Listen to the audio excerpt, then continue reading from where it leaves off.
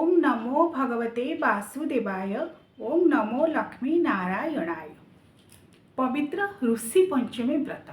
दर्शक बंधु आज ये भिडियो आसतु आम जाना ऋषि पंचमी व्रत केबे और कहीं पालन करा जाए, कौन रही व्रतर पूजा विधि एवं नियम कथा। दर्शक बंधु सर्वप्रथम जाना कहीं पालित हुए ऋषि पंचमी व्रत। आमर हिंदू सनातन धर्म रे मुनि ऋषि साधु सन्थ मानू पूजा करिवार गोटे विधि आगुरु रही। कहीं से माने सदा सर्वदा परम ब्रह्म परमात्मा परमेश्वर चिंतन रे लीन हो रही।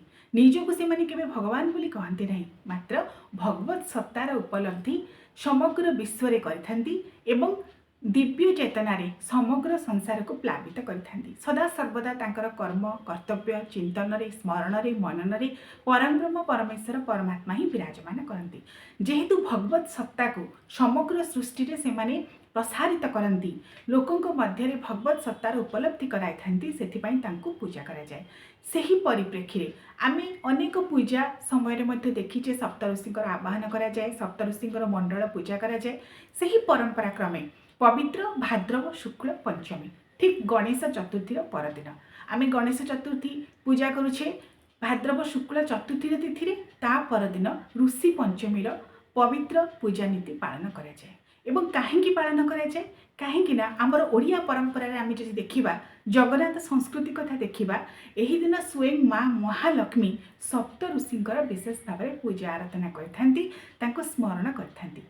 कहीं विश्वास करा जाए गोटे नारीर रजस्वला समय अज्ञात जदि कौन प्रकार दोष से करें, जदि कौन प्रकार भूल कार्य करदे थाए, निज अजाणत कौन प्रकार पूजा कर्म बा पूजा विधि में सामिल हो जाए, कौन प्रकार पूजा द्रव्य को छुई दे थाए, जिते जिते आमर पुरातन शैली आमर संस्कार रे आमर परंपरा रे नारीटी रजस्वला हेले किछि गुडे जिनस करने बारण थाए, मात्र नारीटी जानी पारेनी, हुए तो अज्ञात वशत किछि भूल कर्म काले कर देथिबो। सेही दोषर मुक्ति पाइबा पई आमर परंपरा रे सुंदर व्यवस्था रही। ऋषि पंचमी व्रत भाद्रव शुक्ल पंचमी रे एथिपाई विशेष भाव में ऋषि पंचमी व्रत को पालन करा जाए।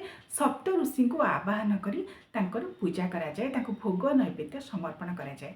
दर्शक बंधु जिपरि भाव में आमर भागवत जन्मदिन आम भागवत ग्रंथ को मध्य पूजा करिथाउ, कारण श्री हरि नारायण विष्णुकर से स्वयं वाङ्मय स्वरूप। सेहीपरि जो सप्त ऋषि को पूजा करा जाए ऋषि पंचमी दिन, विश्वास करा जाए जदि एही दिन सप्त ऋषि को आवाहन करी स्मरण करी तांको भोग नैवेद्य समर्पण करा जाए, पूजा करा जाए, ताहले अज्ञात रजस्वला समय रे कोनोसी दोष जदि गोटे नारीटीए करिथाए, सेही दोषरु से मुक्ति पाई जाए। एवं जेहेतु माँ महालक्ष्मी स्वयं समस्त नारी मानकर आधार, से श्रीमंदिर में मध्य ऋषि पंचमी नीति पालन करा जाए। माँ महालक्ष्मी स्वयं सप्त ऋषिंकर पूजा एदिन करथांती। जेतेबेले श्रीमंदिर में सकाळ धूप नीति सरी जाए, तापर परे रत्न सिंहासन रे माँ श्रीदेवी जे स्वयं महालक्ष्मीकर स्वरूपा सुवर्ण प्रतिमा सी विराजमान करछांती एवं सकाळ धूप परे पूजा पंडा सेवक महाप्रभु पाखु आज्ञामाला आनी माँ श्रीदेवी को देती। माँ श्रीदेवी मुक्ति मंडप तले थिबा विमान रे बा पालिंकी रे विराजमान करती। मार्कंडेश्वर महादेव पाखक जाती। विशेष भाव में ऋषि पंचमी नीति यही दिन मार्कंडेश्वर महादेव मंदिर प्रांगण में अनुष्ठित हुए। सेठारे पूर्णकुंभ कलश बसे, पंचदेवता सहित वरुण देवता आवाहन करा जाए। तापरे माँ महालक्ष्मी सप्त ऋषिंकर आवाहन करथांती। माँ महालक्ष्मी प्रतिनिधि स्वरूप भाव में सेवक मैंने उपस्थित थांती।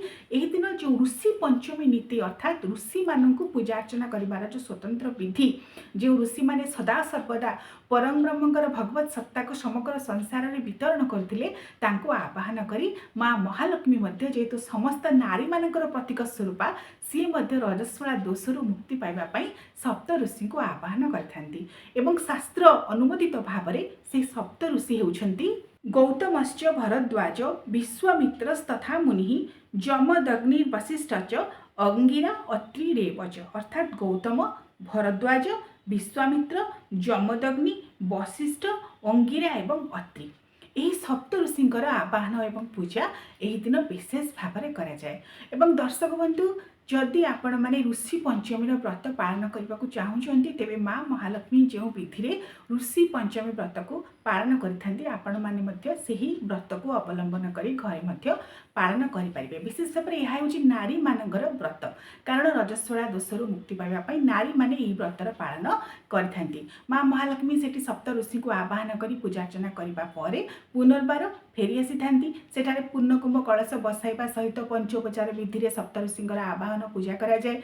तांकु क्षीर कदली विविध प्रकार फल मूल ऋषि मानकु भोग नैवेद्य रूप में समर्पण करा जाए। तापरे आरती करा जाए। सप्त ऋषिंकर आवाहन पूर्वक तांकु पूजा करी भोग नैवेद्य समर्पण करिबा परे आरती करा जाए। आरती करिबा परे माँ महालक्ष्मी श्रीमंदिर को प्रत्यावर्तन करथांती एवं मध्याह्न धूप नीति अनुष्ठित हुए।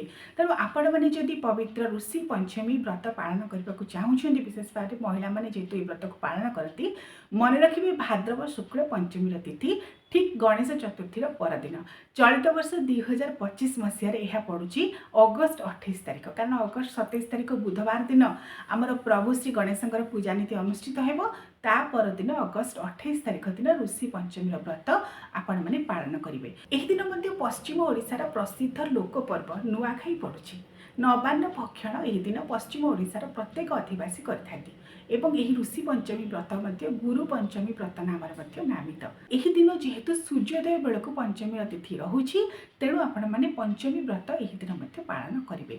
ऋषि पंचमी व्रत पालन करने एक बार व्रत पालन कर कौन विशेष भाव में बाध्यबाधकता ना, आपण मैंने केवल से ही दिन ही व्रत को पालन करेंगे। सूर्योदय ठारू आरंभ करेंगे, अर्थात पंचमी भाद्रव शुक्ल पंचमी सूर्योदय ठारू संकल्पपूर्वक व्रत आरंभ करेंगे। ता परदिन सूर्योदय पर ही व्रतर उद्यापन करेंगे। यही पूजा जेहेतु मध्याह्न समय कराए, ऋषि पंचमी व्रतर पूजा विधि जहाँ मुझे कहली सप्त ऋषि नाम मध्य कहली, सप्त ऋषि को आवाहन करी पूजा आपण मैंने मध्याह्न समय करेंगे। मात्र व्रत जेहेतु संकल्प नहीं ता परदिन सूर्योदय पर व्रतर उद्यापन करेंगे एवं नारायण को स्मरण करी किछि दान दक्षिणा दे व्रतर पारणा यह दिन कराए। तेबे आसतु जानिबा यह दिन शुभ एवं अमृत बेला कौन रोची। दर्शक बंधु जेपरी भाव में आपण कहली भाद्रव शुक्ल चतुर्थी पवित्र श्री गणेश पूजा यही दिन 3टा 54 ता परे चतुर्थी तिथि सरी जाऊँगी, पंचमी तिथि आरंभ होउछि। मात्र ता परदिन आम ऋषि पंचमी व्रत को पालन करबा। सेतिपई शुभ बेला बा अमृत बेला रही सूर्योदय ठारू सकाळ 6:59 अर्थात पाखापाखि 7टा पर्यंत एवं सकाळ 10:10 रु 12:34 पर्यंत। तेणु आपण मैंने जी ऋषि पंचमी व्रत पालन करी पूजा करने को चाहूँगी, मन रखिए 10:10 रु 12:34 मध्य ऋषि पंचमी व्रत पालन करेंगे। एवं यही दिन मध्य नक्षत्र स्वाति नक्षत्र रोची। महेन्द्र बेला संपर्क में आपण कहली यही महेन्द्र बेला आपण मैंने पूजा करेंगे। सकाळु सकाळ 7टा मध्य जेहेतु पूजा करने समस्त पक्षे संभवपर नुहे, आपण मैंने 12:34 मध्य ऋषि पंचमी व्रत पूजा करेंगे। पूर्णकुंभ कलशटीए घरे बसैबे, सेथि मध्यरे पंचदेवता ओं गणे नारायण रुद्रे अंबिका भास्करे तथा भिन्न भिन्न नकर्तव्यं पंचदेव नमस्ते एपरि भाव में स्मरण करेंगे। पंचदेवता सहित वरुण देवता को आवाहन कर पूजा करेंगे। यही दिन दैनंदिन पूजा ठाकुर घर पूजा करने सहित विशेष भाव में मुरुज मंडल जदि चाहिए पकई पारे, नचेत सप्त ऋषि 7टी गुआ रखिए, गुआ पाखरे चाउल रखिए, 7टी पैता रखिए, ताहांकु ही सप्त ऋषिंकर प्रतीक भाव में ग्रहण करी पूजा करेंगे। एवं सप्त ऋषिंकर पूजा अर्चना पंचोपचार विधि करेंगे। चंदन देवे, पुष्प देवे, धूप देवे, दीप देवे, नैवेद्य देवे, स्वयं भगवान प्रतिनिधि स्वरूप बोली भावी तांको पूजा करेंगे। नैवेद्य रे आपण माने विविध प्रकार खई कोरा फल मूल ए सब दे पारिबे, पणा दे पारिबे, क्षीर भोग दे पारिबे एवं पंचोपचार विधि पूजा कर सारिबा परे आरती बा आरत्रिक करेंगे। मात्र से ही दिन उपवास भांगे नहीं, ता परदिन सूर्योदय पर ही यही व्रतर पारणा करेंगे।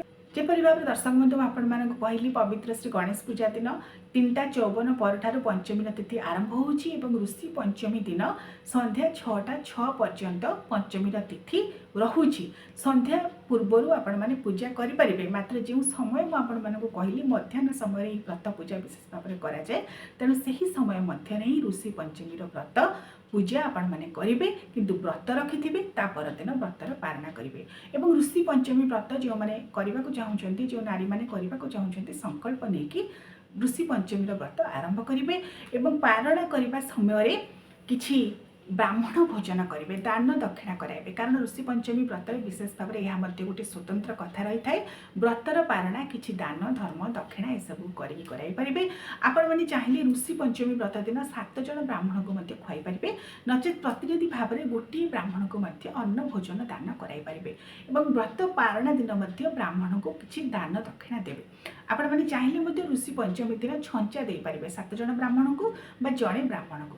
ଯେହେତୁ ଅଜାଣତରେ ରଜସ୍ୱଳା ସମୟରେ ଯଦି କୌଣସି ପ୍ରକାର ଦୋଷ ଆମେ କରିଥିବା, କାରଣ ଆମେମାନେ ନାରୀ ମାନବୀ ମଣିଷ ମାତ୍ରକେ ଭୁଲ ରହିବା ସ୍ୱାଭାବିକ, ତେଣୁ ଆମର ହିନ୍ଦୁ ସନାତନ ଶାସ୍ତ୍ରୀୟ ଧାରାରେ ସୁନ୍ଦର ପରମ୍ପରାଟିଏ ରହିଛି। ସେହି ଦୋଷରୁ ମୁକ୍ତି ପାଇବା ପାଇଁ ଋଷି ପଞ୍ଚମୀ ବ୍ରତକୁ ପାଳନ କରାଯାଏ। ଏହି ସପ୍ତ ଋଷିଙ୍କର ଆବାହନ କରି ତାଙ୍କୁ ପୂଜାର୍ଚ୍ଚନା କରାଯାଏ। ଆଶା କରୁଛି ଋଷି ପଞ୍ଚମୀ ବ୍ରତର ମାହାତ୍ମ୍ୟ ସମ୍ପର୍କରେ ଆପଣମାନେ ଜାଣିପାରିଥିବେ, ପୂଜାବିଧି ସମ୍ପର୍କରେ ମଧ୍ୟ ଜାଣିପାରିଥିବେ। କ'ଣ ଜାଣିବାକୁ ଚାହୁଁଛନ୍ତି ନିଶ୍ଚିତ ଭାବରେ କମେଣ୍ଟ କରିବେ। ସମସ୍ତଙ୍କୁ ପବିତ୍ର ଶ୍ରୀ ଗଣେଶ ଚତୁର୍ଥୀ ଏବଂ ଋଷି ପଞ୍ଚମୀ ବ୍ରତ ତଥା ବାଲି ତୃତୀୟ ବ୍ରତ ଅବସରରେ ଅନେକ ଅନେକ ଅଭିନନ୍ଦନ।